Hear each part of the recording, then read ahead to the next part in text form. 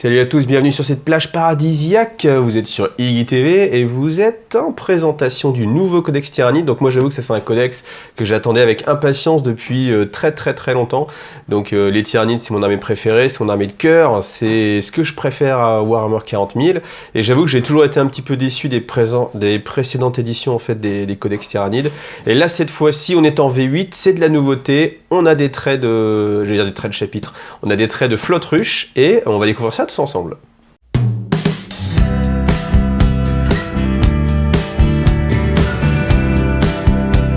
Alors l'illustration, on est toujours habitué, hein, ça c'est la reprise de l'ancien codex, donc c'est une très belle illustration que moi j'aimais beaucoup, avec, alors ça en fait, cette grosse boule, on va voir en détail, mais maintenant on a quelques petites informations sur ce que ça peut représenter, enfin ça c'est quelque chose que moi m'a bien plu, donc on va voir ça dans la partie fluff. Donc comme d'habitude, on va regarder un petit peu le fluff, ensuite on regardera les images, et puis après on rentrera un peu plus dans les règles. Donc là toujours, c'est une illustration, donc ça c'est une illustration assez connue, qu'on avait déjà vu, je crois. Alors, à force, on s'y perd, mais moi, c'est une illustration qui me dit quelque chose. Là aussi, vous retrouvez une sorte de logotype des tyrannides. Donc, le grand dévoreur, le dévoreur de monde. Alors comme à chaque fois, ce que je regarde, moi, c'est le nombre de pages. 128 pages, on est dans les petits codex, hein, malgré tout, même s'il est quand même assez épais. On retrouve le principe, hein, on vous explique pourquoi c'est génial de jouer les tyrannides, et c'est génial de jouer les tyrannides parce qu'ils sont très adaptables, vous pouvez toujours avoir un type d'armée qui va être adapté à votre adversaire. Là on retrouve une nouvelle illustration, ou est-ce que c'est la même? Ah non, c'est pas la même. D'habitude c'est vrai qu'à cette page là, on avait l'habitude de retrouver celle-ci en version colorée. Là on a des tyrannides contre le chaos.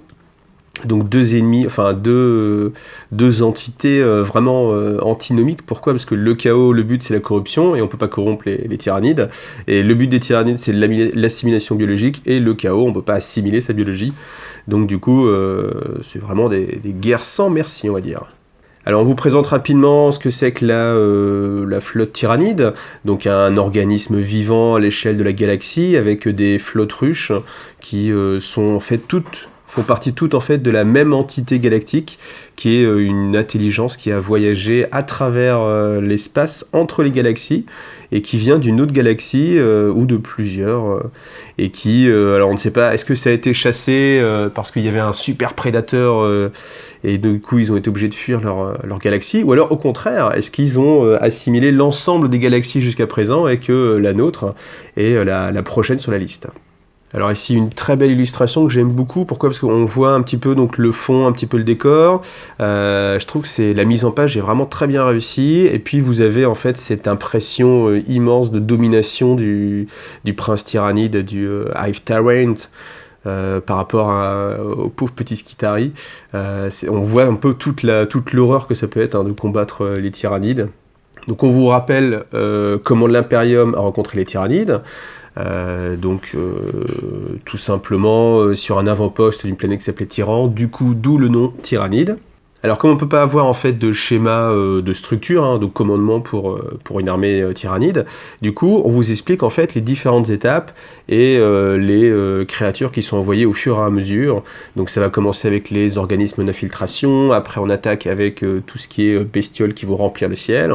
Ensuite on envoie les Gaunt. Les Gaunt, ça c'est vraiment pour noyer, hein, c'est de la chair à canon au sens propre, hein. Le but c'est vraiment d'épuiser un petit peu les défenses. Et puis après on envoie des organismes de plus en plus spécialisés, de plus en plus lourds, jusqu'à l'assimilation de la planète avec tout ce qui est organisme spécialisé dans la digestion de tout ce qui est biologique sur la planète. Parce que les tyrannides, c'est ça, hein, leur but, c'est pas la conquête de territoire, ça va vraiment être l'assimilation complète de 100% des actifs biologiques de la planète. Alors, à l'image de ce qu'on trouve dans les autres codex, on va retrouver des présentations, alors des différentes factions, même si là on peut pas vraiment parler de faction, on va parler de flotte ruche, mais une flotte ruche, on le verra sur la... C'est comme en fait une sorte de tentacule, en fait, un appendice de l'entité générale qui est les tyrannides. Et donc, on vous apprend que chaque flotte ruche, en fait, a ses caractéristiques qui peuvent l'identifier au sein d'une même flotte ruche. Alors Behemoth, c'est la première qui a été rencontrée justement par l'Imperium.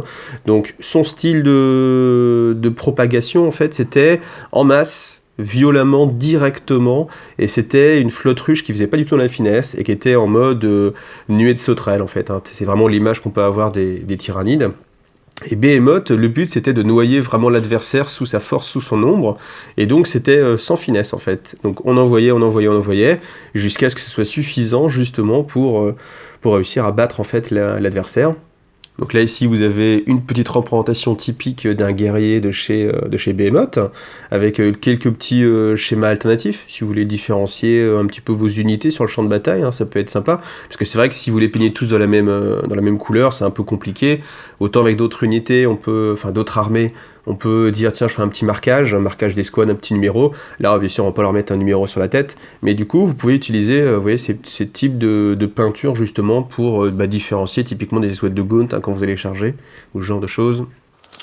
Alors, la bataille de Macrage, pourquoi? Parce qu'en fait, c'est justement Behemoth hein, qui a attaqué en fait le royaume d'Ultramar et qui a détruit la plupart des défenses et une grande partie du chapitre des Ultramarines qui était le plus grand chapitre hein, à l'époque. Donc c'est pour vous dire à quel point justement c'est compliqué et c'est une menace terrifiante, hein, les tyrannides. Donc on va vous raconter un petit peu comment ça s'est passé, le fait qu'il y a eu le Swarmlord. Le Swarmlord, c'est une sorte d'entité en fait tyrannide qui commande en fait les armées sur le terrain. Alors, on en reparlera un petit peu tout à l'heure, parce que c'est assez intéressant. Ils ont donné en fait, alors c'était déjà le cas avant, mais ils ont donné en fait une petite personnalité, un petit peu comme s'il y avait des personnages nommés, justement chez le tyrannide pour qu'on puisse s'identifier. Donc on vous raconte un petit peu les différentes étapes de ces guerres, avec aussi une grande partie qui s'est passée en fait en combat spatial. Il y a beaucoup de combats spatial avec les tyrannides, j'ai trouvé, par rapport aux autres codex que j'ai pu lire. Il y a vraiment une grande partie des combats qui se déroulent d'abord justement dans l'espace, pour empêcher tout ce qui est organisme tyrannide d'arriver en fait sur la planète. Donc là, on voit les différents points clés de la première guerre tyrannique, donc c'est-à-dire justement toute cette première étape avec Magnus Calgar qui est quasiment tué. Alors là, dans le fluff un petit peu Space Marine, hein, c'est-à-dire qu'il se prend 12 coups mortels, mais réussit quand même à survivre inexorablement. Ouais, c'est normal, hein, c'est Magnus Calgar, hein, aucun personnage principal, c'est très rare qu'un personnage principal meure, il est souvent au bord de la mort, mais in extremis, on réussit à le sauver, et c'est un petit peu comme ça à chaque fois hein, dans toutes ces histoires. Donc in extremis, on réussit à battre la flotte Behemoth, mais malgré tout, Behemoth n'est pas annihilé, et en fait, vous avez des petits fragments justement de cette flotte ruche tyrannide qui vont continuer en fait à attaquer des petits mondes isolés, et au fur et à mesure se renforcer et devenir de nouvelles vrilles. Alors les vrilles, c'est les sous-factions en fait, on va dire, des flottes ruches. Kraken, la deuxième flotte ruche hein, qui a été rencontrée justement par l'Imperium. Donc là, c'est relativement différent dans son approche, parce que autant Behemoth était là pour enfoncer le clou à grands coups de marteau, à grands coups de griffe. Là, en fait, avec Kraken, on est sur une flotte ruche totalement différente qui va utiliser en fait beaucoup plus en fait de stratégie en fait, c'est-à-dire tendre des pièges, des embuscades, et ça c'est assez intéressant parce que justement ça montre à l'Imperium qu'on n'est pas juste devant une nuée de sauterelles qui va venir bêtement contre les armes et les pièges qu'on a mis justement pour les endiguer. Donc ça c'est la caractéristique de Kraken. Là, on peut remarquer qu'ils font un effort aussi, parce que c'est vrai qu'à une époque, ou même ce qu'on pouvait trouver justement dans le Codex d'Esgard, c'est que vous aviez à chaque fois exactement la même illustration d'un personnage qui était nommé, genre Gaston machin qui représente telle armée, Bidule machin qui représente la même armée, et en fait, ils avaient exactement la même image, il y avait juste en fait le petit texte qui changeait, et là par contre, on a vraiment des illustrations différentes, donc c'est beaucoup plus travaillé, hein, on voit là hein, cette profondeur, donc bravo à Games Workshop pour ce travail. D'ailleurs, encore une fois, la mise en page, moi je la trouve très intéressante. Bon, là, c'est assez classique, ça on a l'habitude. Mais là, vous voyez, ici, c'est beaucoup plus travaillé. Et c'est change, en fait. Hein, c'est un petit peu rafraîchissant par rapport à ce qu'on a pu voir avant. Alors, le fléau d'Yanden, pourquoi? Parce qu'on vous apprend que c'est justement Kraken qui a attaqué le vaisseau monde de Yanden et qui a quasiment détruit l'ensemble des Eldari qui étaient justement sur le vaisseau monde. Alors, pour vous résumer un petit peu, ce qui se passe, c'est que les grands prophètes se rendent bien compte qu'ils ne pourront pas échapper en fait à Kraken, étant donné que c'était une flotte qui occupait une trop grande place en fait dans l'espace. Donc ils se sont résolus à combattre. Bon, ils n'avaient pas le choix, de toute façon. Et ils ont essayé, dans un premier temps, grâce à leur magnifique flotte, qui était une des plus prodigieuses flottes de vaisseaux, de contrer justement l'invasion tyrannide, mais qu'il y avait tellement de vaisseaux que, à force, à l'usure, du coup, tout ce qui était flotte d'Yanden s'est fait drastiquement éliminer. Ensuite, du coup, les organismes ont pu arriver sur le vaisseau monde et que même en éveillant les morts, donc vous savez avec les pierres esprits, on reprend l'âme d'un mort et puis on l'incarcère en fait dans une construction de moelle spectrale, un garde fantôme, un seigneur fantôme, et ça permet justement d'avoir des combattants en plus. Donc on vous dit que les Eldari, c'est vraiment leur dernière extrémité, c'est le dernier recours pour eux parce qu'ils respectent absolument leur mort justement, et ça revient à profaner leur sépulture en fait, profaner leur repos, que justement de les incarcérer dans un construct de moelle spectrale. Malgré tout, Yanden était sur le point de disparaître, mais il y a eu le retour du fils prodigue, le prince Iriel, qui avait été banni en fait de Yanden, et qui in extremis vient sauver son peuple grâce à son talent inégalable et grâce à la lance du crépuscule, un artefact que vous avez pu voir justement un peu plus en détail dans Gathering Storm. Donc voilà. Donc on vous apprend aussi que alors que justement le vaisseau monde Yanden luttait pour sa survie, sur Icar 4, vous aviez aussi tous les ultramarines qui essayaient de sauver la planète pour justement arrêter en fait Kraken.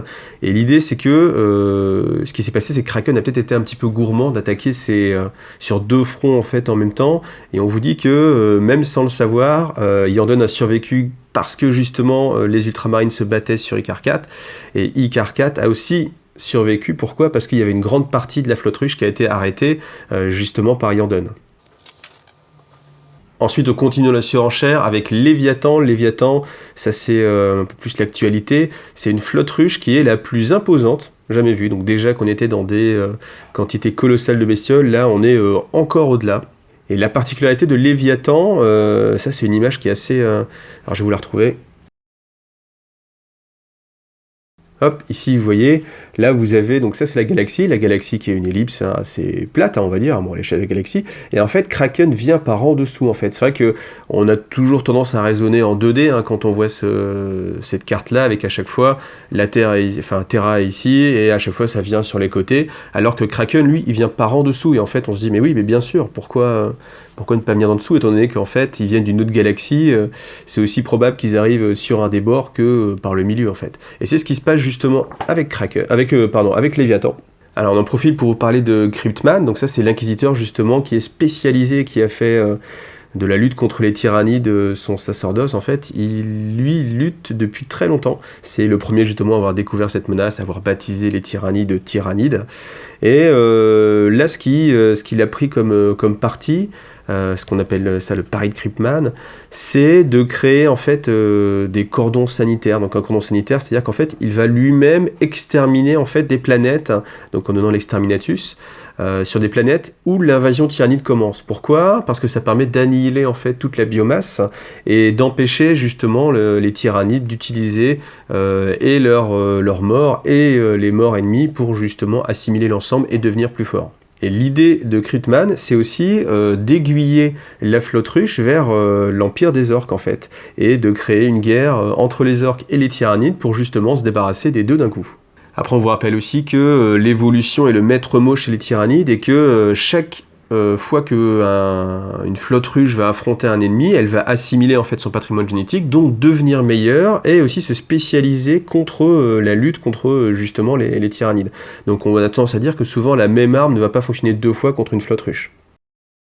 Donc la guerre d'Octarius, ça va être justement le conflit entre les orques et les tyrannides. Donc c'est bien parce qu'on change de point de vue, on n'est pas toujours du point de vue de l'Imperium, avec toujours les Space Marines, la garde impériale, l'Astra Militarum.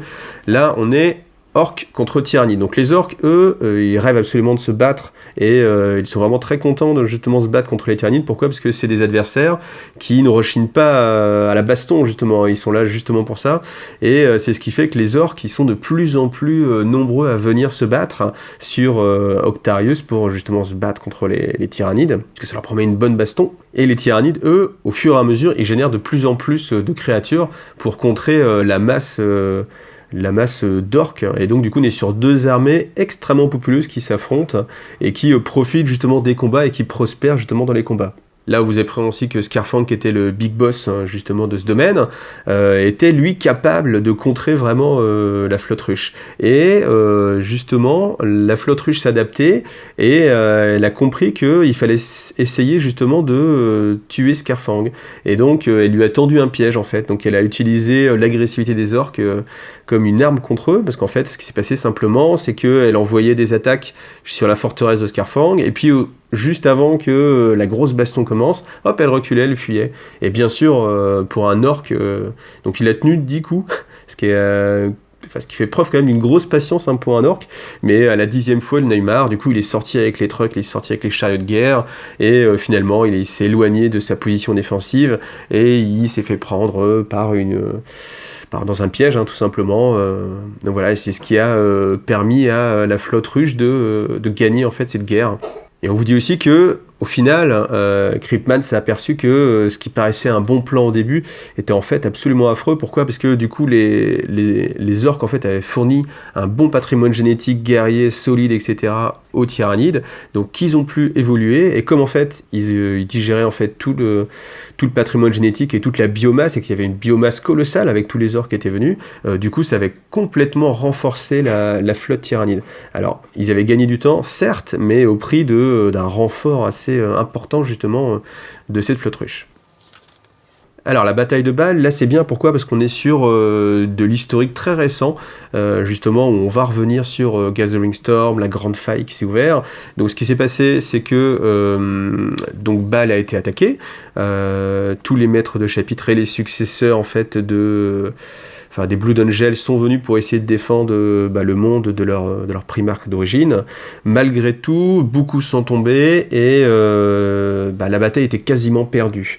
Et alors que les Blood Angels leurs successeurs étaient sur le point de perdre, quelque chose d'attendu. À chaque fois, c'est ça, c'est au dernier moment, pim, il se passe quelque chose. Et là, c'était très inattendu. Pourquoi ? Parce que c'était les démons de Khorne qui sont venus justement, alors pas porter secours aux Blood Angels, mais détruire la plupart des tyrannides en fait. Donc là, l'explication, c'est que le démon, enfin c'est un petit peu comme à chaque fois, c'est le démon du chaos se dit non, c'est à moi de le tuer, donc du coup je vais te protéger parce qu'il n'y a que moi qui ai le droit de détruire les Blood Angels. Donc ce qui a permis justement d'avoir du répit pour les Blood Angels. Mais malgré tout, l'essaim était tellement grand que les Blood Angels pensaient livrer leur dernier carré dans leur forteresse monastère. Et là, tic-tac badaboum, qui voilà le primarque. Donc le primarque, qui c'est bien sûr Roboute Guilliman. Donc Roboute Guilliman, qui avec sa croisade Indomitus est venu justement sauver in extremis les dernières poches de résistance des Blood Angels, et il est venu bien sûr avec tout plein de primaris avec le patrimoine de Sanguinus, donc pour renforcer justement le chapitre des Blood Angels. Donc fluffiquement parlant, on peut estimer que le chapitre des Blood Angels est celui qui aura le plus de primaris, donc on verra quand ils sortiront le codex aussi, mais j'espère que avec cette petite piste de fluff, ils vont justement accentuer ça et vous proposer une armée vraiment accentuée sur, encore une fois, les primaris.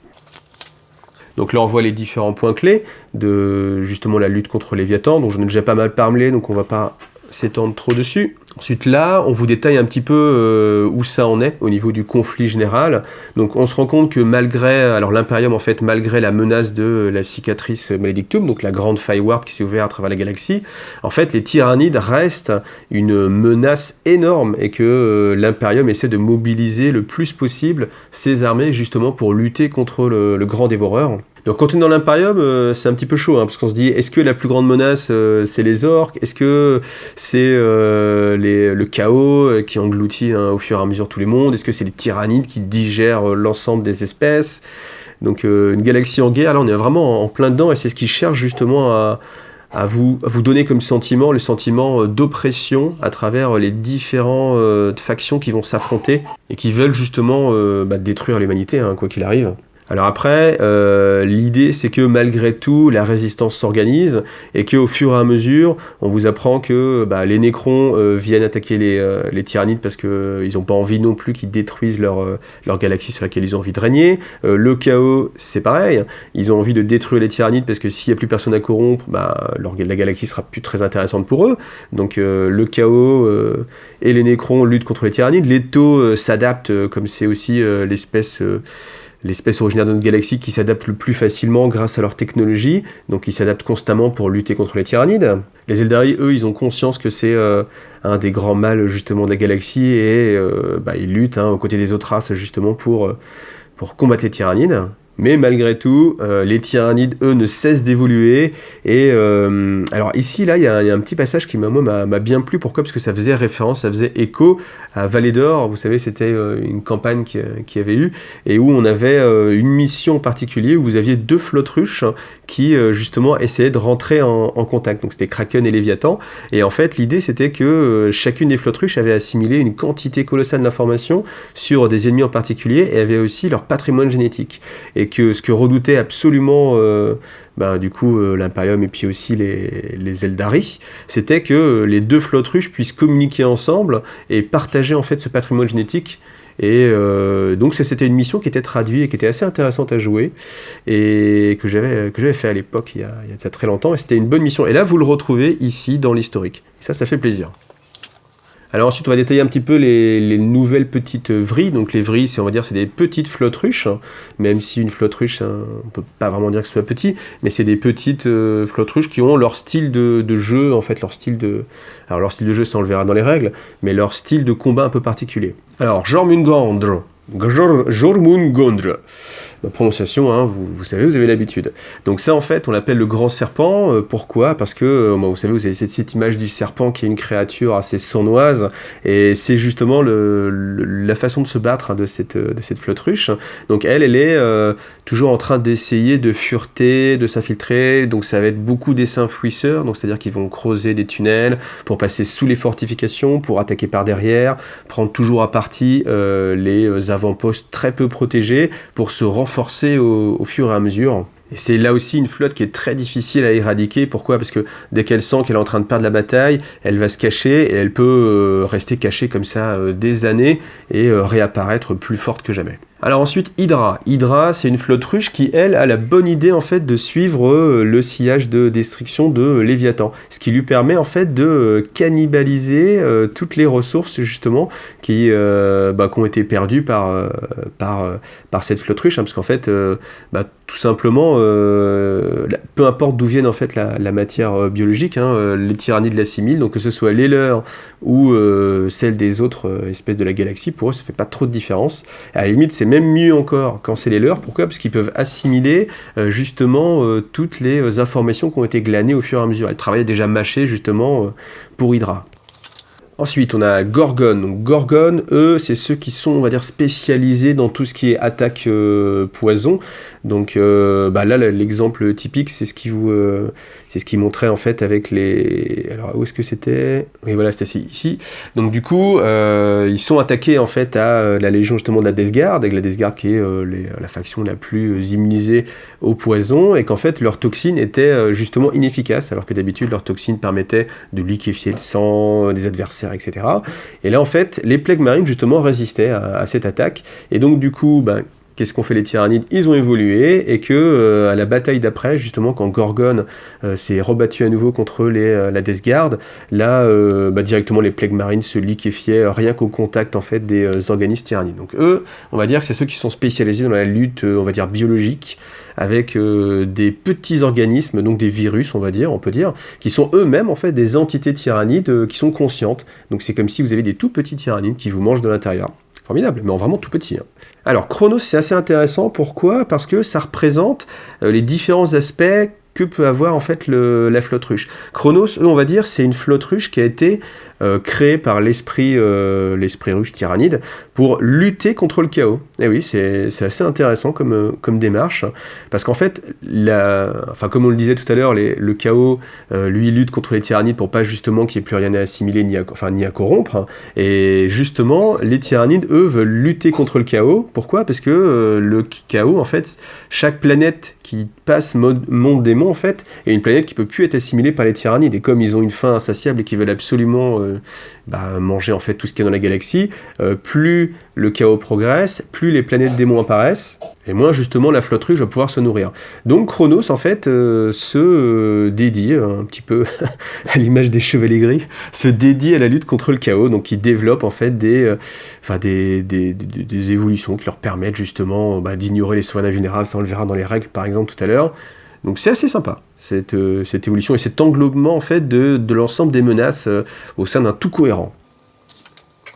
Alors la flotte ruche Tiamat, elle, c'est très intéressant. Pourquoi ? Parce qu'à l'inverse des autres flottes ruches qui ont pour but d'assimiler de plus en plus en fait de biomasse et de progresser comme ça de planète en planète, elle en fait, elle n'a pas assimilé une planète, mais elle a créé en fait une zone qu'elle est là pour défendre en fait. Et sur cette zone-là, on trouve un énorme organisme. Alors, si vous aimez StarCraft, là c'est le moment. On va dire, pour moi, c'est un peu l'image de l'Overmind. Alors, l'Overmind, c'était l'entité, on va dire le cerveau central. Hein. Si vous avez vu Starship Trooper aussi, il y a un petit peu ce côté-là. Et là, on retrouve ce petit clin d'œil-là. Pourquoi ? Parce que vous avez donc sur une des planètes de Tiamat, alors je ne sais plus si c'est le nom de la planète ou pas, peu importe, vous avez un énorme organisme qui prend la taille d'un continent et qui envoie des pulsations psychiques à travers l'espace et la zone, et justement la flotte ruche Tiamat est spécialisée pour défendre cet organisme. Alors, on vous dit qu'on ne sait pas encore à quoi ça va servir, évidemment, mais que quoi qu'il arrive, c'est mauvais, on imagine, et donc du coup, l'Imperium et les Eldari, etc., cherchent à essayer justement de détruire en fait cette zone-là, mais que pour l'instant, c'est infaisable pour l'instant, ils n'y arrivent pas, mais voilà, c'est une porte ouverte sur l'avenir. J'espère qu'ils vont détailler un peu plus en fait cet aspect des choses. Pourquoi pas faire un livre de campagne qui s'attacherait à ça et qui développerait peut-être un emplacement pour, je sais pas, un super relais synaptique, ou se dire que quoi qu'il arrive au sein d'une galaxie, les tyrannides avaient besoin d'un emplacement physique pour leur conscience. Je sais pas, il y a plein de pistes qui sont assez intéressantes, et c'est ça en fait que propose justement Tiamat. Alors ensuite, la flotte ruche Ouroboros, dont on avait, moi personnellement, j'avais jamais entendu parler de cette flotte ruche-là. Là, on vous explique que c'est une flotte ruche qui vient un petit peu de la nuit des temps, et qui était présent a priori dès le 36e millénaire. Donc leur particularité, alors on ne sait pas pourquoi ils reviennent maintenant, on ne sait pas d'où ils viennent, mais on explique que c'est eux qui ont créé en fait un petit peu tous les mythes des gargouilles, des créatures ailées, etc. sur l'Imperium, et que on se rend compte en fait que leur structure biologique est très différente des tyrannides actuelles, et qu'elle est basée sur d'anciens schémas de construction. Ce qui fait par là même que certes, ils sont moins évolués, mais du coup, étant donné que l'Imperium cherche justement à avoir des armes de plus en plus efficaces et très spécialisées pour lutter contre une flotte ruche, et bien cette ancienne flotte ruche qui revient de la nuit des temps, justement, elle est assez immunisée en fait aux armes spécialisées pour la lutte contre les tyrannides actuellement. Donc là aussi, on n'en sait pas vraiment beaucoup plus, mais ça ouvre la porte à beaucoup d'histoires et beaucoup de fluff intéressants sur justement les tyrannides. Alors on retrouve la traditionnelle carte de la galaxie, avec cette fois-ci une vue en coupe, que je vous ai déjà montré tout à l'heure. Donc là, on peut revoir aussi la flotte ruche Tiamat, et vous voyez, contrairement aux autres qui représentent justement des tentacules qui avancent, là on est sur quelque chose de très centré autour de justement, on va l'appeler ça l'Overmind pour se faire plaisir. Alors là, contrairement aux autres codex, il n'y a pas une grande, on voit à peine en fait la cicatrice Maledictum, mais elle est quand même présente, mais ce qui n'empêche pas les tyrannides bien sûr d'avancer. Donc voilà, pas mal de petites histoires à mon avis là-dessus encore. Alors, une magnifique illustration aussi, avec les Blood Angels justement qui se battent pour leur survie. Et là, je tenais à vous lire en fait ce petit passage. Donc, tant de choses ont été perdues, Bâle ne sera plus jamais la même. Une génération de frères de bataille est tombée. Les aspirants comme des vétérans d'une centaine de guerres ont été massacrés. Nos édifices sont en ruine et notre fière histoire est en flammes. Et tout cela à cause d'une miette de la puissance de Léviathan. Par l'empereur, si c'est cela une victoire sur les tyrannides, quel est le prix de la défaite ? Et ça, c'est quelque chose qui m'a bien plu. Pourquoi? Parce qu'on se rend compte que c'est très dur pour l'Imperium, ils sont exsangues, il n'y a qu'une fraction qui survit, et malgré tout, c'est qu'une miette parmi tant d'autres de la flotte russe. Et ils se disent, si on arrive à peine à gagner contre justement une fraction de la puissance de la flotte russe, qu'est-ce qui va se passer le jour où justement l'ensemble de la flotte russe va attaquer, hein. Alors, c'est vrai que ça a toujours été un petit peu plus ou moins le cas dans les codex tyrannides. On vous dit que c'est une des très très grandes menaces, mais c'est toujours éclipsé par le chaos, et souvent les tyrannides, après, c'est un petit peu la faction qui dort. Donc j'espère qu'à l'avenir, là en V8, on va remettre un petit peu les tyrannides sur le devant de la scène. Alors maintenant vous avez l'habitude, là on va passer un petit peu plus, donc on va vous présenter un petit peu d'historique sur les différentes unités. Donc les Digistillers, les Gargouilles, etc. Donc à chaque fois, vous avez un petit passage aussi pour tout ce que vous allez trouver chez Forge World, hein, tout ce qui est Aridan, le Malanthrope.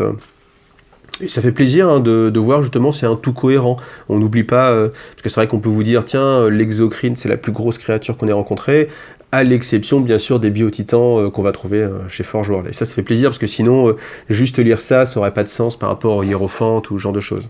Donc là, je vais passer assez vite, parce qu'on va pas détailler l'ensemble de chaque unité. Je suis déjà pas mal étendu sur le fluff, donc j'espère que ça vous fait plaisir aussi, hein, toujours ce petit fluff. Alors, on reparle de... Quand vous lisez ça, vous dites « Ah, le fléau de Malantai, le grand retour !» Alors, le grand retour, oui, certes, au niveau fluffique, mais malheureusement, sur les règles, non, vous n'allez pas retrouver de fléau de Malantai. Alors, une grosse page pour le Malceptor, ça c'est, vous savez, les nouvelles unités qui étaient... Enfin, les nouvelles unités, ça fait déjà un petit bail qu'elles sont sorties, mais ça a été des figurines qui avaient sorti récemment. Alors, une illustration où on voit encore des sœurs de bataille. Donc moi, je pense que ça laisse présager le retour plus ou moins proche, hein, des sœurs de bataille, parce que, alors je me rappelle plus sur quel codex, mais c'est vrai qu'on les revoyait, et je trouve comme ça, elles sont disséminées un petit peu dans les illustrations par-ci, par-là, et pour moi, ça veut dire que, bien sûr, Games Workshop vous dit, on n'oublie pas les sœurs de bataille sont là, soyez patients, les sœurs de bataille arrivent. Continue. Alors j'en profite aussi, vous voyez, là on a disperseurs de spores, donc il y a une sorte de classification des organismes tyrannides au sein de leur rôle en fait. Et ça c'est assez intéressant, vous voyez, on retrouve le Venomthrope, Toxicrine, tous ceux qui balancent justement des nuages toxiques. On reparle un petit peu aussi du Malanthrope. Et c'est un souterrain, donc on va retrouver toutes les créatures qui peuvent creuser, hein, les rôdeurs, la terreur rouge, le Trigon, Moloch, etc. Alors le Carnifex, vous verrez qu'il a c'est un petit peu le retour du Carnifex, j'ai envie de dire. C'est vrai que c'était une créature emblématique et qui avait peut-être un petit peu laissé la place à d'autres choses. Et là, je trouve qu'avec ce codex-là, on est vraiment sur un retour avec, vous le verrez, 3 types de Carnifex déjà différents, spécialisés, plus 4 avec le vieux borgne, hein, le Old One A. Alors, le Swarmlord, on s'y arrête un petit peu, parce que moi, c'est un personnage que j'aime beaucoup. Alors, on vous explique que dans toutes les factions, vous avez des héros, en fait. Et en fait, ça peut aussi être le cas chez les tyrannides, mais de façon encore plus intéressante. Pourquoi? Parce que l'esprit du Swarmlord, en fait, n'est qu'une partie de l'esprit ruche. Et même s'il s'incarne dans une créature donnée, en fait, ça reste que des informations. Et ces informations-là, l'esprit ruche peut les recréer à besoin. Ce qui fait que même si vous réussissez à tuer le Swarmlord, il va pouvoir être régénéré, plus fort, meilleur, à un autre endroit de la galaxie, juste par l'impulsion, en fait, de l'esprit ruche. Et on vous dit que le Swarmlord, c'est pas juste une créature décérébrée comme on peut avoir l'image en fait des tyrannides avec ce côté bestiole, mais qu'au contraire, c'est un des plus grands généraux et un des plus grands sens d'esprit tactique et stratégique qui peut exister au sein de la galaxie. Et moi j'aime beaucoup justement ce parallèle entre la bestialité d'un côté et l'intelligence de l'autre, le Swarmlord. Alors évidemment, on les protégeait par les gardes tyrannides, les Hiveguards, organisme artilleur, avec Tyrannofex, Exocrine, ça on va en voir beaucoup. Les bêtes nourricières, tous ceux qui sont là pour assimiler justement la biomasse. Et on arrive aux photos, traditionnelles photos, avec toujours un petit peu de fumée. Alors ils auraient pu mettre de la fumée verte, hein, ou rose, hein, ça aurait pu être une bonne idée justement pour représenter cette fois-ci pas le nuage de la guerre, mais les nuages d'infestation avec les spores mines qui viennent justement assimiler en fait l'infanterie et ce genre de choses. Donc là, comme on n'a pas de nouvelles figurines, je vais passer assez rapidement, c'est juste pour le plaisir des yeux. La très belle figurine, mais j'aime beaucoup le petit effet électrique, là avec la petite goutte aussi qui sort de l'écorcheur. Alors l'avantage aussi, si je reviens là-dessus, c'est que ça vous donne aussi, parce parce que vous avez en fait plein de noms éperons chitineux, et c'est vrai que quand on commence, on se dit, bah tiens, qu'est-ce que c'est qu'un éperon chitineux, j'ai envie de mettre 100 sacrus, comment je le représente sur mon Carnifex, et là du coup vous avez le détail de ce que c'est. Donc ça c'est assez intéressant aussi, c'est pas que visuel. Donc là, cette image m'a fait... je me suis dit, tiens, ils ont une lanière et tout. Mais là, on a vraiment l'impression que le guerrier il est en train de tenir un petit peu comme avec une lanière son canon. Dommage, genre, je pense qu'il aurait fallu tourner un petit peu la figurine pour la photo. On est dans du détail absolu. Alors, si vous avez envie de changer, d'utiliser justement les nouvelles vrilles, vous avez donc leur schéma de couleur qui est représenté ici. Là, classique, traditionnel, la Start Collecting. Au passage, c'est une Start Collecting qui, moi, me fait moins rêver que celle qu'il y avait justement pour les Craft World juste avant. On trouvait pas mal d'unités. Là, bon, juste des Genie Stealers en plus, on en trouve un petit peu partout. Bon, ouais, voilà, ça me fait moins rêver cette Start Collecting. Je pense qu'il y avait peut-être mieux à faire. Bien sûr, on vous engage à poursuivre votre collection de figurines avec tout ce qui est proposé. Et on arrive au passage préféré des joueurs, hein, tout simplement, donc les règles. Alors, on va commencer avec les capacités spéciales de l'armée. Donc, le Synapse. Le Synapse a été grandement amélioré par rapport à ce qu'on pouvait voir avant. Parce que le Synapse, c'était toujours quelque chose qui était plutôt un frein à la jouabilité, qui était compliqué à utiliser. Et là, le malus, en fait, est très faible. Ce qui fait que, du coup, même si vous avez cette thématique et qu'à travers les règles, vous ressentez le besoin des créatures d'être sous contrôle de l'esprit ruche, et donc apporter Synapse, c'est vraiment moins pénalisant. Alors, Synapse, qu'est-ce que ça vous permet? Ça vous permet, si vous êtes à 12 pouces de portée, de réussir automatiquement les tests de morale. Donc ensuite, si vous n'êtes pas à portée de Synapse, en fait, maintenant, il y a une zone en fait, de tolérance. C'est-à-dire que le malus ne va commencer à apparaître que si vous êtes à plus de 24 pouces d'une créature Synapse. Donc, à 0 à 12, vous avez un bonus. De 12 à 24, c'est normal, vous agissez normalement. Et si vous êtes à plus de 24, là, vous avez un malus. Et le malus n'est pas non plus... horrible en fait, c'est que simplement vous allez avoir un -1 sur vos jets de touche si vous ne ciblez pas en fait l'unité la plus proche. Ce qui vous permet quand même dans des cas assez extrêmes de pouvoir quand même tenter quelque chose et de ne pas être limité et de ne pas pouvoir utiliser vos figurines comme vous voulez. Alors certes vous avez votre malus et c'est normal, mais ça reste qu'un -1. Bon, moi je trouve que c'est vraiment très très adapté, très fin et plutôt sympa. Alors ensuite, l'autre particularité des tyrannides, c'est que de par leur présence leur présence psychique en fait qui est écrasante, les psycheurs sont censés justement avoir beaucoup de mal à utiliser leur pouvoir psychique.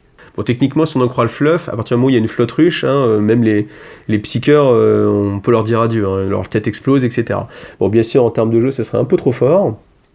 Donc là, la règle spéciale, c'est les psycheurs ennemis doivent soustraire 1 au test psychique s'ils sont à 18 pouces d'un psycheur tyrannide.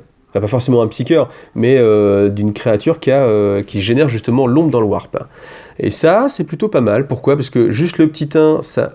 c'est pas non plus un bonus extrême, faut pas oublier que c'est gratuit, hein, donc ça vous immunise quand même un petit peu. Sur Shulk, vous avez toujours la possibilité d'abjurer, de contrer les pouvoirs psychiques avec les nombreuses créatures justement tyrannides qui ont cette capacité-là.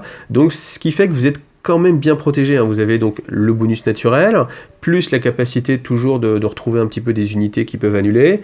Je pense que c'est pas mal pour représenter justement cet équilibre sans complètement, là, en l'occurrence, déséquilibrer le jeu. Alors comme d'habitude, on ne va pas détailler l'ensemble des entrées, donc je vous fais ma petite sélection. Donc le Broodlord, vous avez, moi ce que j'aime bien c'est ça, c'est des petits boosts comme ça sur d'autres unités pour créer une synergie dans l'armée.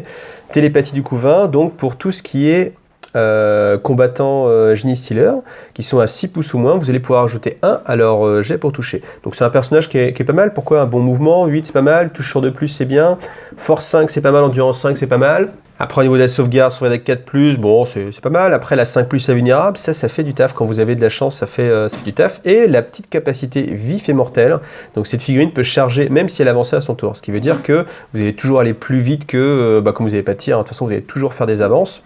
Et donc ça permet d'aller charger assez loin. Donc c'est un bon personnage si vous voulez payer pas trop cher votre personnage de combat et puis jouer sur une armée centrée sur un peu les Genie Stealers.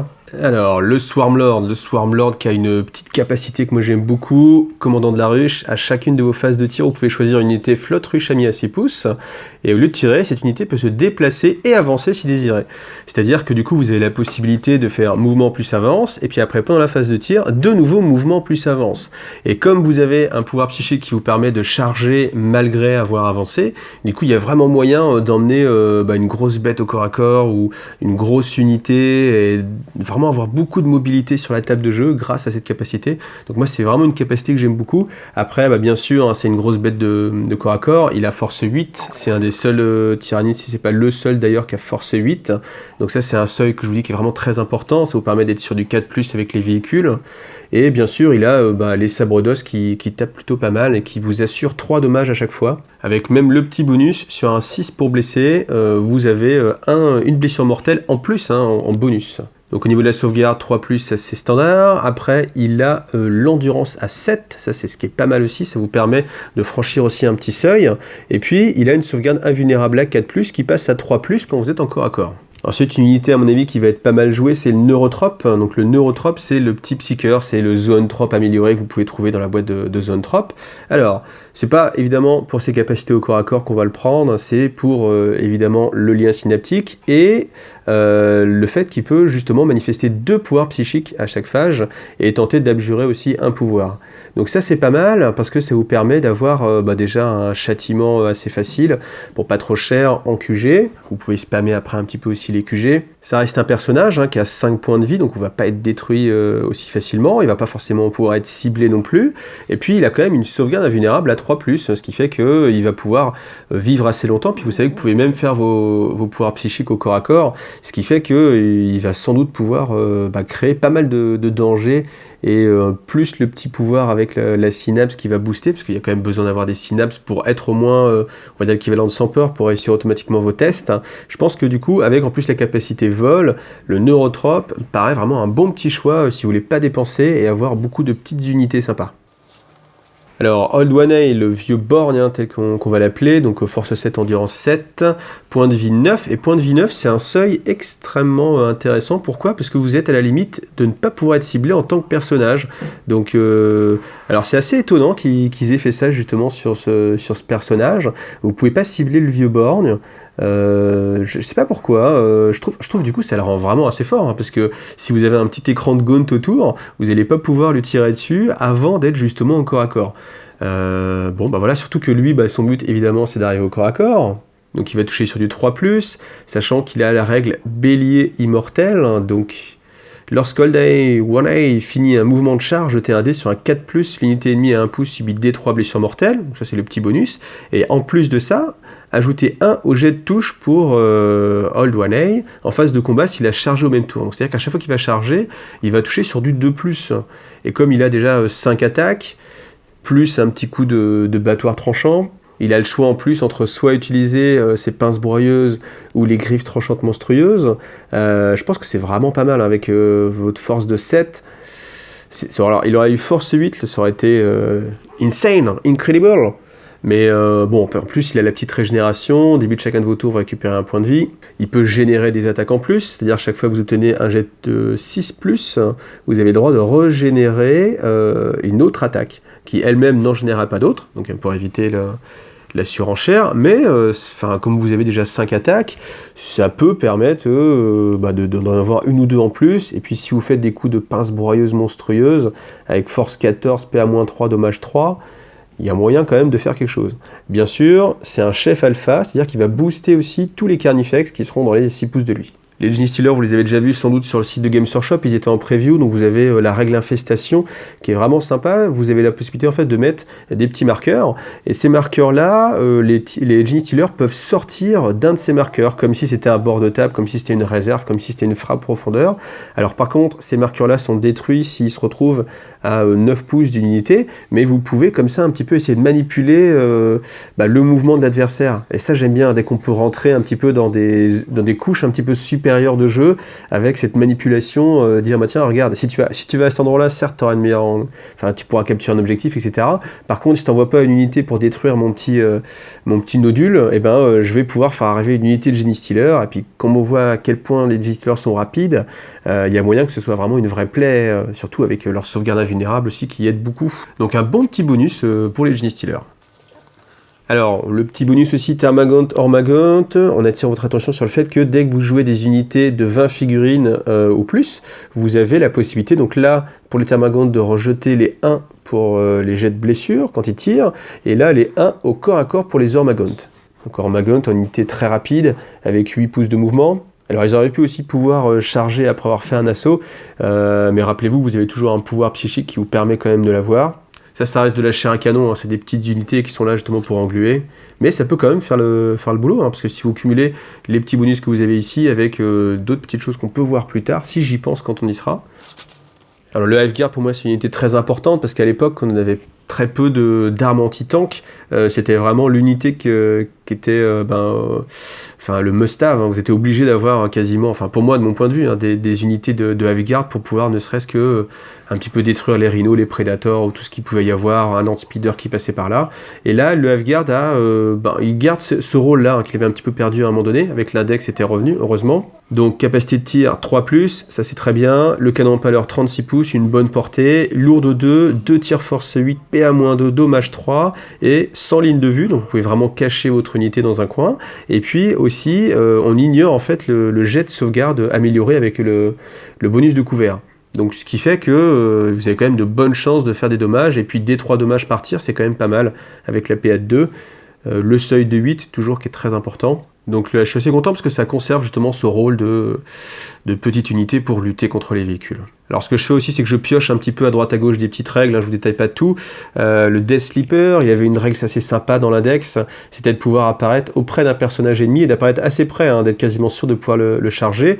Et là par contre ils ont enlevé cette règle-là, et à la place maintenant il va pouvoir rejeter ses jets pour toucher et pour blesser contre ce personnage. Ce que je trouve un petit peu moins sympa, parce que c'est vrai qu'on avait vraiment le côté, la mort bondissante avec le guerrier, le lictor qui apparaissait juste à côté de sa proie. C'est un petit peu dommage qu'il l'ait enlevé, mais bon, peut-être que c'était trop fort, justement. Alors ici, on peut s'attarder un petit peu sur le Venom Trop, qui va pouvoir vous donner le nuage de spore. Le nuage de spore, c'est toutes les unités d'infanterie qui vont se trouver à 6 pouces d'unité de Venom Trop. Vous allez devoir soustraire 1 si vous leur tirez dessus. Donc ça, c'est le bonus d'armée qu'on peut retrouver chez les Raven Guard, etc., l'Alpha Légion. Donc là, avec votre unité de Venom Trop, vous pouvez justement avoir ce petit bonus. Après, avec le petit bonus au corps à corps aussi, les Toxic Knut qui permettent de relancer les jets pour blesser, et puis de frapper toujours en premier, hein, donc avec cette capacité qu'on peut retrouver de temps en temps. Et puis le miasme toxique aussi qui est assez sympa. À la fin de la phase de combat, jetez un D6 pour chaque unité ennemie à 1 pouce ou moins. Sur 5+, cette unité subit une blessure mortelle. Et 5+, c'est pas mal, hein, parce que souvent on est habitué à du 6+ pour les blessures mortelles. Là, on est sur du 5+, ça vous assure quand même de pouvoir un petit peu embêter l'adversaire. Alors le Harry-Spec ça n'a pas changé, du coup je vais m'attaquer un petit peu au Pyrovore. Dans ma sélection, le Pyrovore, vous savez, c'était l'une des pires unités qui existait dans Warhammer 40 000. Là on se retrouve avec quoi? On se retrouve avec une bestiole, donc force 5, endurance 4, avec 4 points de vie, une sauvegarde à 4+, et un lance-flamme lourd, on va dire, qui porte à 10 pouces. Donc ça c'est pas mal, pourquoi? Parce que si vous le faites arriver dans un sport mine ou par un petit stratagème, en arrivant à 9 pouces de l'adversaire, vous pouvez quand même tirer directement. Alors assaut D6, touche automatique, force 5, PA-1, ça c'est assez classique. Et puis ma foi, il peut quand même créer des petites surprises au corps à corps, parce qu'il a quand même la gueule acide avec PA-3, donc ça peut créer des surprises, hein, surtout qu'il a force 5, même s'il a que 2 attaques, on sait jamais, ça peut, vous pensez l'engager et puis le détruire facilement, et non, voilà, et puis après sans compter qu'il peut toujours ressortir d'un corps à corps, il peut pas tirer parce qu'il n'a pas le vol, mais après il va pas forcément être englué non plus, donc ça peut être assez intéressant, si vous voulez une petite unité en choix d'élite qui coûte pas cher. Bon, sur cette page, on note le retour de la Red Terror, la terreur rouge, qui elle aussi va avoir le petit bonus. Enfin, Fnatic, vous pouvez ajouter 1 au jet de touche en phase de combat pour les unités de Ravener Flottrush, amis à 6 pouces ou moins de cette figurine. Et là, ça me permet justement de me poser une petite question. Donc, c'est une question que je vais vous poser. Là, on lit, vous pouvez ajouter 1 au jet de touche en phase de combat pour les unités de Ravener Flottrush, amis à 6 pouces ou moins de cette figurine. Donc, est-ce qu'on parle de l'entrée Ravener ou est-ce qu'on parle du mot-clé Ravener? Parce que si on parle du mot-clé, on peut pouvoir penser que ça peut marcher aussi pour lui-même en fait. Hein. Et c'est d'autant plus étrange que quand on regarde en fait le Tyrannid Prime, vous voyez, lui il a aussi ce boost, hein, donc d'ailleurs ça a même été un des premiers à avoir ce boost. Vous pouvez ajouter 1 au jet de touche de toutes les unités Tyrannid Warrior, flotte ruche à 6 pouces au moins d'un Tyrannid Prime. Et là, lui, il n'est pas Tyrannid, enfin il est pas Tyrannid Warrior, il est Tyrannid Prime. Donc là on est sûr, il n'y a pas d'ambiguïté. Par contre, ici, c'est vrai que j'avoue que je me suis posé la question. Je me dis, tiens, comme il est Ravener, est-ce qu'en fait ils veulent parler du mot-clé? Parce qu'au final, les mots-clés, c'est à ça que ça sert, hein. C'est justement pour utiliser des capacités d'aura, comme ça. Donc si vous avez la réponse, moi je veux bien. Bon, par défaut, je pense qu'on l'utilise pas et qu'on parle en fait de cette unité-là, mais c'est pas déconnant d'imaginer que ça peut être justement en rapport avec les mots-clés. Alors, Exocrine Tyrannofex, on va parler du Tyrannofex, parce que l'Exocrine, lui, n'a pas beaucoup changé par rapport à l'index, si ce n'est presque pas du tout. Le Tyrannofex, par contre, lui, a gagné une belle capacité. Déjà, bon, il peut bouger et tirer sans malus, ça heureusement. Par contre, il a bête artilleuse, et s'il ne se déplace pas, il peut tirer 2 fois à votre phase de tir. Donc, sachant qu'il a une arme qui est assez sympa, le canon briseur, lourd de 3 tirs, donc il a gagné un tir par rapport à ce qu'il y avait avant, il y a longtemps. Force 10, PA-3, dommage D6. Alors, il a pas retrouvé sa sauvegarde à 2+, hein, comme il pouvait avoir. Bon, 14 points de vie. L'endurance de 8, hein, ça c'est pas mal, parce que justement, là aussi, on est sur un seuil qui est assez intéressant. Mais vous pouvez vraiment le poser dans un coin, et comme ces 2 tirs peuvent prendre des cibles différentes, on a vraiment moyen d'avoir une arme anti-tank à longue portée, et qui est vraiment intéressante, hein, parce que -3, force 10, c'est vraiment pas mal. Alors, le Carnifex, vous voyez, il a une page ici, une page là, parce que le Screamer Killer, c'est un type de Carnifex particulier, et le Turnback, c'est aussi un type de Carnifex particulier. Donc là, on sent qu'ils ont vraiment envie de remettre le Carnifex en avant. Alors, on va parler plutôt du Screamer Killer, qui moi me paraît assez intéressant et qui correspond en plus à mon style de jeu sur les Carnifex, donc c'est le tueur hurlant. Donc déjà, il vient automatiquement avec le hurlement bioplasmique, donc portée de 18, hein, ça c'est pas mal, puisque sinon le bioplasma c'est que portée 12. Assaut D6 et pas D3, donc là encore on a un bonus. Force 7, c'est très bien. PA-4, là ça tape fort. Dommage que 1, bon, fallait pas non plus que ce soit de fou, hein, mais là c'est quand même plutôt pas mal. Un D6 tir, même si on touche que sur du 4+, à 18 pouces de portée, c'est quand même un gros petit bonus pour le tir, donc on peut dire que c'est presque déjà une unité de tir. Et après, c'est surtout une unité de corps à corps. Pourquoi? Parce que déjà un mouvement de 7, c'est pas mal, il est pas si lent que ça. Il a le bélier vivant, donc ça c'est ce qu'on retrouvait un petit peu là-bas. C'est-à-dire que sur votre mouvement de charge, vous jetez un dé sur un 4+, l'unité ennemie va subir une blessure mortelle. Sachant que si vous chargez plusieurs unités ou plusieurs groupes de personnages, si vous arrivez à placer votre Carnifex à 1 pouce des différents ennemis, ils vont aussi prendre ce petit jet-là. Hein. Donc ça c'est bien, c'est toujours un petit bonus en plus. Et en plus, vous ajoutez 1 aussi au jet de touche pour le Screamer Killer au tour où il a chargé. Donc si vous avez ça plus Old One A, ça veut dire que vous avez 2 bonus, donc le +1 ici et le +1 là-bas, et donc ça correspond à toucher sur à peu près du 2+. Sachant que je vous rappelle que le 1 est toujours un échec, hein, donc si vous faites un 1, il ne peut pas être boosté par ce bonus. Mais ça veut dire que sur un 2+, vous allez pouvoir passer vos attaques. Il a 4 attaques de base. Si vous utilisez les griffes tranchantes, il va avoir une attaque bonus, et vous devez utiliser les griffes tranchantes. Donc ça fait déjà 5 attaques qui touchent, s'il est boosté dans le monde idéal, sur du 2+. Bon après, il est que force 6, hein, donc ça veut dire que sur les véhicules, ce sera du 5+ en général, mais il y a quand même moyen, parce que là, il va causer automatiquement 3 dommages aussi. Je trouve que c'est vraiment très intéressant. Moi, c'est quelque chose qui me motive bien. En plus, le Kista Sport, ça c'est aussi un gros bonus. L'adversaire doit soustraire 1 quand on lui tire dessus. Alors ça se cumule pas avec le nuage de sport. Mais c'est quand même, c'est toujours ça de prix, c'est pas mal. Et terrifiant, les adversaires à 8 pouces ou moins doivent soustraire 1 aussi, doivent ajouter 1, pardon, à leur test de morale. Donc ce qui fait que vous avez des chances de créer un petit test de morale raté un peu plus facilement. Donc pour moi, une très bonne unité, et moi ça correspond à l'image que j'avais des Tyrannides depuis très longtemps. Donc Screamer's Killer, mon unité préférée du codex. Allez. C'est vraiment très particulier, on ne parle pas que de la puissance brute, mais voilà. Alors le Turnback, qu'est-ce que c'est? C'est ce qu'on appelait, nous, le Dakaflex, en fait. Donc c'est le Carnifex avec le Crashmore, le Dévoreur à double sensu. Donc là, bien sûr, vous avez 2 Dévoreurs. Donc 2 Dévoreurs, ça vous fait 12 tirs à 18 pouces, force 6. Bon, pas de PA, évidemment, mais dommage 1.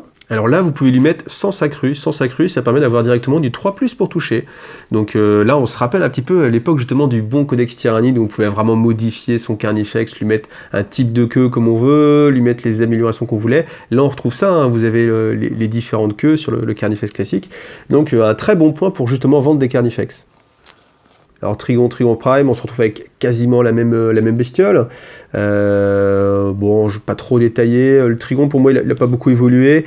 C'est pas forcément... Alors moi je l'ai joué aussi à l'époque, il sortait ses Forge Wars, donc c'était les créatures colossales, et j'ai toujours du coup...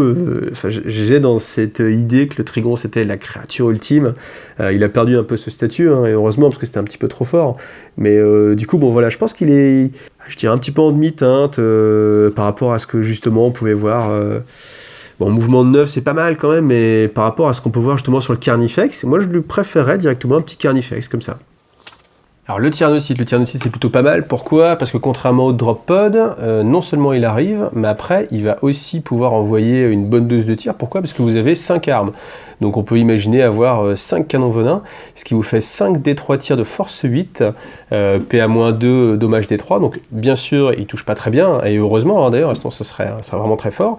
Il touche sur un 5+, mais il y a quand même moyen de créer une bonne zone de tir, et de ne pas faire que votre Tyrannocyte après soit complètement ignoré par l'adversaire, et surtout il a la possibilité de bouger, et ça le rend d'autant plus intéressant. Et on arrive sur les armes des Flottruches. Donc vous voyez hein, beaucoup d'armes de mêlée. Les armes des mêlées c'est normal, hein, parce que du coup les tyrannides c'est quand même un petit peu leur truc, le corps à corps. Donc pas mal de choix, pas mal de choses détaillées. Les armes de tir aussi, voilà. Alors, les petits biomorphes, qu'est-ce qu'on va trouver? Donc là, pas beaucoup de choix, par contre. Glande surrénale, c'est une unité des glandes surrénales, ajoutez 1 à la distance à laquelle elle se déplace lorsqu'elle avance ou charge. Donc voilà, ça c'est le... si vous voulez assurer un petit peu votre charge, pourquoi pas, le petit pouce qui peut faire la différence. Et le sac à toxines, donc là, vous jetez un dé, quand vous faites vos blessures, évidemment. Enfin, c'est sur vos blessures de 6, vous rajoutez un dégât supplémentaire. Voilà. Donc ça peut être pas mal aussi quand vous avez justement beaucoup de petites unités. Après bon, faut voir le coup en point à chaque fois. Je ne vais pas rentrer dans les détails non plus du coup en point. Mais voilà, juste ces deux petits bonus là. Encore une belle illustration, toujours une photo, je ne sais pas pourquoi je dis illustration à chaque fois. Donc sur une des tables du Warhammer World, hein, je vous conseille d'ailleurs d'y aller si vous avez envie. Et ça me permet de faire le lien et de vous dire que si vous cherchez sur la chaîne, il y a une vidéo du Warhammer World, et qui est vraiment pour moi des... Bon alors je m'éloigne, mais allez au Warhammer World, ça vaut le coup. Alors là, on arrive enfin à ce qui est très très intéressant, donc c'est tout ce qui est adaptation des Flottruches. Si vous étiez frustré de ne pas avoir de bonus pour votre armée, contrairement aux joueurs Space Marine, aux joueurs du Chaos, etc. Là, enfin, vous êtes joueur Tyrannide, vous avez vos adaptations. Donc évidemment, si vous êtes encore joueur Orc, à l'heure actuelle à laquelle je fais la vidéo, bah, vous pouvez encore attendre. Alors, on va regarder, on va tout détailler. Behemoth, vous pouvez relancer les jets de charge ratés pour les unités possédant ces adaptations. Donc moi, j'avoue que c'est pas forcément celui que je trouve le plus intéressant. Pourquoi? Parce que je me dis que souvent, on va assurer sa charge, on va être à une distance où la charge va être très... Enfin, on va avoir de bonnes chances de charger quoi qu'il arrive. Donc là, le bonus va pas être forcément très intéressant. C'est pas un bonus qui va être tout le temps là. Je pense pas que ça aura un impact immense, même pour des unités qui sont vouées à aller au corps à corps. Je pense qu'il y a d'autres bonus qui vont être plus intéressants si vous voulez tourner votre armée vers le corps à corps. Et en vertu de quoi, je pense que Behemoth, c'est vraiment pas mon préféré. Ensuite, Kraken. Vous jetez 3 dés quand vous faites une avance, donc ça c'est pour être beaucoup plus rapide, et ça c'est pas mal. Et puis le gros bonus aussi, c'est une unité peut battre en retraite et charger au même tour, même sans avoir le mot-clé vol. Ce qui veut dire que justement, quand on reprend les pyrovores, ces fameux petits pyrovores, vous pouvez charger, espérer encaisser votre charge, et puis après, enfin encaisser la réaction de l'adversaire, et puis quand même sortir, rebalancer un petit coup de lance-flamme et recharger cette unité ou une autre hein, aussi, hein, pour pouvoir justement comme ça engagé au fur et à mesure de plus en plus loin. Donc une capacité qui est sympa si justement vous êtes un joueur qui aimait bien jouer sur le mouvement. Après, Léviathan, on va retrouver ce qu'on retrouve un petit peu partout, c'est-à-dire jeter un dé à chaque fois que vous perdez un point de vie. Sur un 6, la perte de points de vie est ignorée. Sauf que là, ici, il faut être à portée synapse, enfin à portée de 6 pouces d'une créature synapse. Et là, tout de suite, c'est beaucoup moins fort. Donc déjà que moi, je ne suis pas forcément fan de cette capacité-là par rapport à d'autres bonus qu'on peut avoir, dans les codex en général. Là en plus, comme on a cette limitation qui vient se rajouter, j'avoue que Léviathan, c'est pas forcément ce que je vais avoir envie de choisir en premier, ni en deuxième, ni en troisième. Hein. Ensuite, Gorgone, une nouvelle flotte ruche, donc vous pouvez relancer les jets de blessure de 1 en phase de combat. Et là, pour le coup, on est sur quelque chose qui moi me plaît beaucoup plus, ça me parle beaucoup plus. Quand vous avez dans toute votre unité, dès que vous avez un 1 en jet pour blesser à relancer, si vous jouez aussi beaucoup de corps à corps avec des griffes tranchantes, ça veut dire vous relancez les 1, vous relancez les 1 pour toucher, les 1 pour blesser, ça vous assure quand même de passer pas mal d'attaques. Donc Gorgone, moi je trouve que là c'est beaucoup plus intéressant, vous voyez, si vous voulez jouer du corps à corps, entre fiabiliser un petit peu la charge, ou alors quand vous êtes au corps à corps, quoi qu'il arrive, avoir un bonus qui vous sera tout le temps utile. Moi je suis plus partisan de Gorgone, pour moi c'est vraiment dans le top des... Alors je sais pas si c'est la meilleure, ça dépend de votre style de jeu, ça dépend de votre liste d'armées, mais si vous voulez jouer corps à corps, clairement Gorgone ça me paraît le bon choix. Alors Jormungandr, donc là c'est aussi très intéressant si vous voulez rajouter de la résistance à votre armée. Donc si vous avez une unité sans le mot-clé vol, vous bénéficiez toujours de votre couvert de corps à corps, enfin de votre couvert de votre couvert tout simplement. Ce qui fait que si vous avez un Carnifex dans la Pampa, au lieu d'avoir une 3+, il va avoir une 2+, et là ça change pas mal de choses. Et j'en viens à me poser une question, et c'est une question que je vous pose aussi, parce que je sais que parmi vous, alors je connais 2 personnes qui peuvent très bien répondre à cette question. Il y a François de la French Wag. François, si tu regardes cette vidéo, c'est une question pour toi. Ou Romain du Maelstrom. Romain, si tu regardes cette vidéo, c'est aussi une question pour toi. La question que je me pose, c'est, on a souvent le bonus qui permet de demander à l'adversaire d'enlever 1 sur son jet pour toucher. Est-ce qu'il vaut mieux avoir moins 1, enfin, en défense, hein, est-ce qu'il vaut mieux avoir une chance sur 6 en plus de réussir sa sauvegarde, ou est-ce qu'il vaut mieux que l'adversaire ait une chance sur 6 en moins de réussir son tir? Vous voyez ce que je veux dire? Alors mathématiquement, j'ai envie de me dire que si on a une chance sur 6 à gauche, une chance sur 6 à droite, au bout de l'équation, au final, ça revient au même. Mais après, je me dis quand même peut-être que ça peut faire une différence, donc j'ai pas envie de rentrer dans les calculs, j'ai pas le temps, j'ai pas forcément les compétences non plus. Si François regarde, si Romain regarde, ou si quelqu'un d'autre a cette compétence-là, moi je suis assez curieux, je pense que ça peut être intéressant d'avoir cette réponse. Qu'est-ce qui vaut mieux? Là je vous laisse jouer. Ensuite, Hydra, vous pouvez lancer les jets de touche en phase de combat pour les unités qui ciblent des unités ennemies, évidemment, contenant moins de figurines que leur propre unité. C'est-à-dire que si vous avez 5 figurines à 4 en face, vous allez relancer tous vos jets pour toucher. Et ça, c'est très intéressant si vous avez envie de jouer une armée tyrannide basée sur plein de petits gaunes, plein de gargouilles, des voraces, ou même une grosse unité de guerriers, une unité de 5 guerriers, ou même 6 guerriers, ça peut déjà avoir un gros bonus. Et donc, ça me paraît aussi intéressant. Si vous voulez jouer corps à corps, évidemment, et avec une prime sur le nombre. Donc, c'est bien parce qu'on a vraiment le fluff, là, encore une fois, au service des règles, et les règles au service du fluff. Donc, je trouve ça très sympa. Et ensuite, je vous avais dit qu'on pouvait jouer une flotte basée sur le tir. Si vous jouez cette flotte-là, vous allez jouer Chronos. Parce que Chronos, ça vous dit que pour vos unités, si vous n'avez pas bougé, vous pouvez relancer les jets de 1 à votre phase de tir. Et quand on sait que vous allez jouer des toxiques dans des comment il s'appelle, des Tyrannofex avec son magnifique 6 tirs de... Enfin vous voyez, il y a peut-être d'autres trucs intéressants, mais c'est vrai que moi j'ai retenu surtout de lui. Et l'Exocrine, évidemment, l'Exocrine, un grand classique. Donc Exocrine plus Tyrannofex, c'est des unités qui gagnent un tir en plus, enfin qui vont doubler leur phase de tir s'ils ne bougent pas. Et en plus, si vous jouez Chronos, vous allez rejouer, vous avez relancé les jets pour toucher de 1. Ce qui fait qu'on peut vraiment partir sur une armée de tir, hein, même avec les gardes des ruches. Hein. Vous avez vos gardes des ruches, ils ne bougent pas, ils vont relancer les 1. Vous avez les exocrines, les tyrannocytes, ou même des biovores, hein, tout simplement. Donc Chronos, c'est aussi très intéressant si vous voulez axer votre armée sur le tir. Donc au final, vous voyez que pour le coup, Behemoth, bof, Léviathan, très bof par rapport au bonus qu'on peut avoir sur les autres flottes ruches. Alors, dans les stratagèmes, je vous en ai sélectionné quelques-uns qui, moi, me paraissent vraiment sympas. Surcharge métabolique, utilisez stratagème à votre phase de mouvement après avoir déplacé une unité tyrannie de votre armée. Vous pouvez effectuer un second mouvement avec cette unité et même avancer si désiré, mais vous devez alors jeter un D6 et pour chaque 1, vous subissez une blessure mortelle. Ça, c'est aussi pas mal, hein, si vous ne jouez pas le Swarmlord, d'avoir cette capacité de vraiment déplacer et de créer une menace assez vite. Donc si on est sur une seule figurine, bon, il n'y a qu'une chance sur 6 qu'elle perde un point de vie, c'est pas non plus la folie, hein, entre ça et puis pas arriver au corps à corps, et gagner même un tour de jeu, je pense que Surcharge, c'est vraiment très sympa.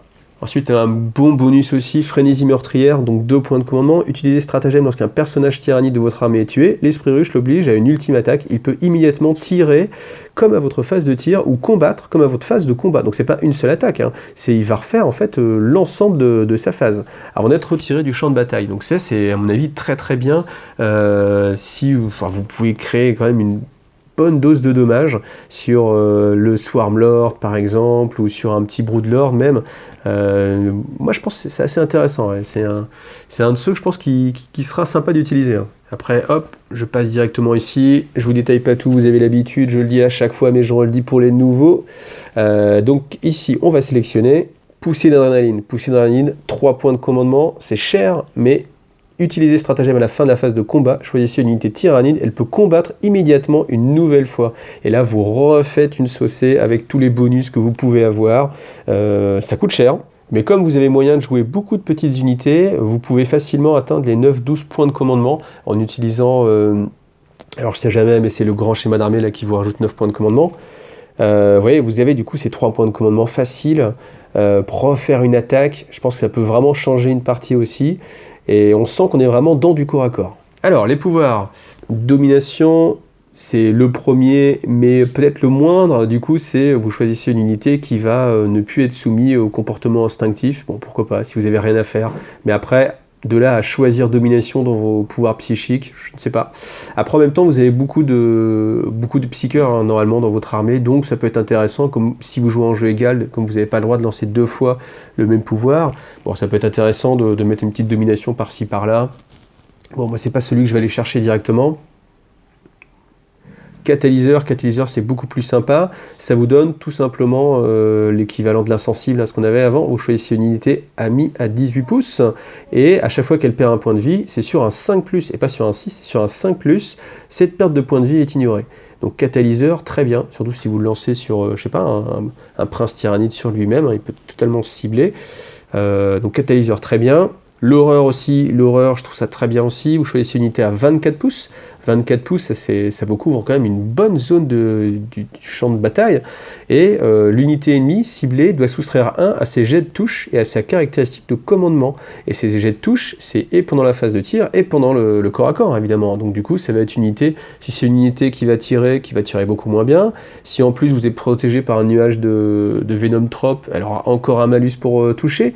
Donc ça fait que du coup, si on imagine une grosse unité Dévastator, une escouade Dévastator avec beaucoup d'armes lourdes, ça lui fait des gros malus, hein, donc ça c'est très bien. Ou une unité que vous allez charger, ou même un personnage, où vous dites, tiens, je suis un petit peu juste, il va avoir -1 sur ses caractéristiques, ça va être très très bien. Donc l'horreur pour moi c'est très bien. Ensuite déferlant, j'en ai déjà parlé avant, c'est cette capacité justement de charger, même si vous avez fait une avance. Et ça, c'est très bien, justement, quand vous avez la capacité de bouger 2 fois. Donc, vous imaginez, vous avez une unité, imaginons la 7 de mouvement à Carnifex, il fait 7 plus 1 des 3, plus 1 des 6, pardon.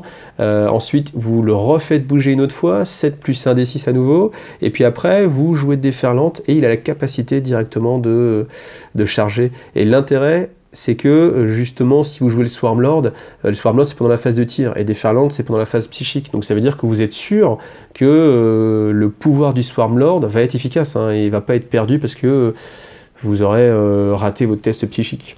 Et ensuite, paroxysme, c'est assez amusant, c'est vous allez cibler en fait une unité ennemie, et cette unité-là ne pourra combattre qu'en dernier à la phase de combat, même si elle a chargé.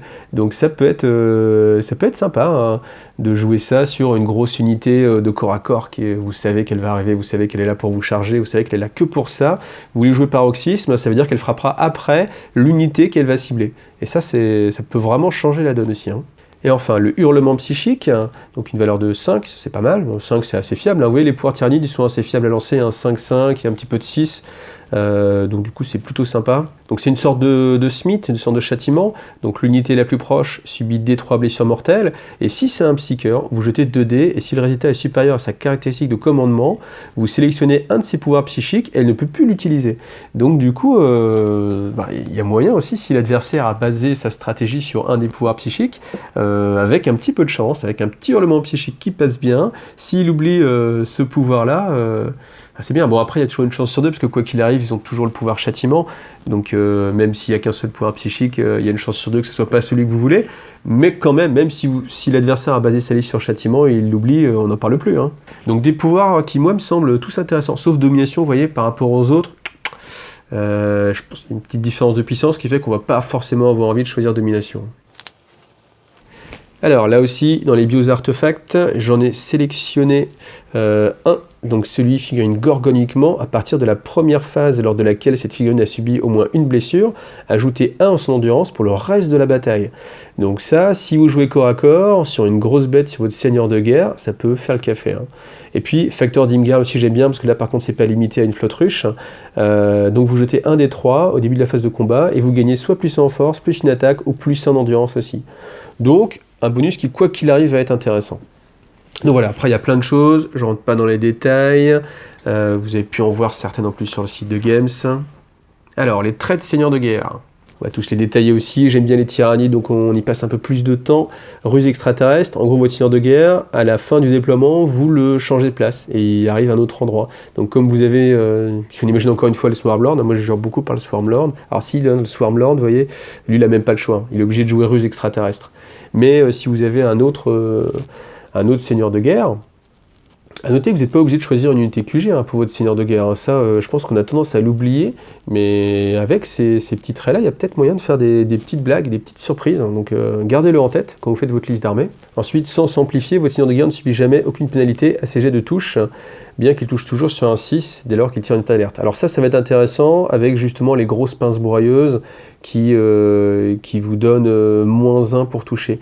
Là, du coup, vous n'avez pas ce malus-là, c'est très bien. Si l'adversaire a aussi des bonus pour pour vous embêter, bon, c'est un petit bonus pas mal si vous êtes sûr. À mon avis, la façon la plus sûre de l'utiliser, c'est quand vous êtes sûr d'avoir les pinces broyeuses à utiliser. Vous utilisez tout le temps les pinces broyeuses, comme ça, il n'y a aucun souci.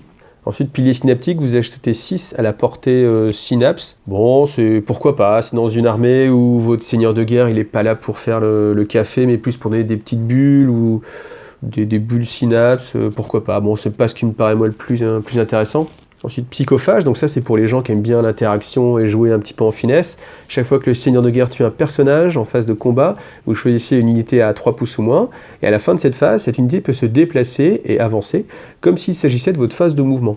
Donc là, ça va être fort uniquement, j'allais dire si vous savez bien jouer, si justement vous réussissez à mettre les choses en coordination les unes avec les autres, ça peut être très fort, comme ça peut être très mauvais si du coup vous n'avez pas pensé, vous n'avez pas prévu votre psychophage avant. Mais c'est intéressant, ça laisse un petit peu de finesse, justement. Et ensuite, instinct du tueur, donc ça, vous allez choisir une unité et vous allez pouvoir relancer vos jets de touche ratés quand vous allez cibler cette unité. Ou, c'est là où ça devient plus intéressant, toutes celles issues de la même fiche technique. C'est-à-dire que si vous choisissez, là ils vous mettent Intercessor Squad, et bien du coup ça va être le cas sur tous les Intercessor Squad. Donc si vous avez quelqu'un qui aime bien en face de vous spammer la même unité, et bien du coup, je sais pas, il joue des Crisis, vous choisissez Crisis, ça veut dire que toutes ces Crisis, vous allez pouvoir relancer vos jets pour toucher. Donc là, ça peut être pas mal. Justement, comme en plus vous le choisissez, alors que vous savez sur quoi vous allez jouer en face, donc ça vous le faites pas au moment de création de votre liste d'armées, mais vous le faites au début du jeu, et bien du coup vous pouvez dire tiens, lui il aime bien, donc pourquoi pas. Et le dernier, à partir de la fin de la première phase où ce seigneur de guerre perd au moins un point de vie, et jusqu'à la fin de la bataille, lorsque des dégâts sont infligés, vous les réduisez de 1 jusqu'à un minimum de 1. Donc ça peut être pas mal aussi, si vous ne savez pas quoi prendre, vous avez un gros seigneur de guerre, vous n'avez pas envie de le perdre trop facilement, bon il va sans doute prendre, de toute façon il va aller au charbon, donc il va sans doute prendre des dommages, à partir du moment où il en a pris un, à chaque fois vous enlevez 1 sur le tableau de dommages, enfin sur les... Vous voyez, une arme qui va causer 2 dommages, comme un plasma surchargé, là elle va en causer que 1. Donc voilà, plutôt intéressant. Alors bien sûr, on va vous retrouver des traits de seigneur de guerre spécifiques à chaque armée. Alors, les valeurs en points. Là encore, comme d'habitude, on passe. Et puis les objectifs tactiques. Bon, ça je voulais juger aussi, c'est pas forcément moi, ce qui me semble le plus intéressant. Parce que vous avez envie de jouer en guerre ouverte, je vous le conseille encore une fois, une très bonne façon de jouer à Warhammer 40 000. Donc voilà, c'est un petit peu tôt pour dire si c'est très très bien comme codex ou si c'est juste bien, mais quoi qu'il arrive, on sent qu'il n'a pas été bâclé comme ça a pu être le cas sur d'autres codex, et ça fait plaisir. Donc, j'espère que cette vidéo vous a plu. Je vous donne rendez-vous pour une prochaine vidéo à bientôt. J'espère que vous avez aussi aimé mon nouveau tapis et que vous trouvez ça très joli. Et puis, abonnez-vous, likez et à bientôt.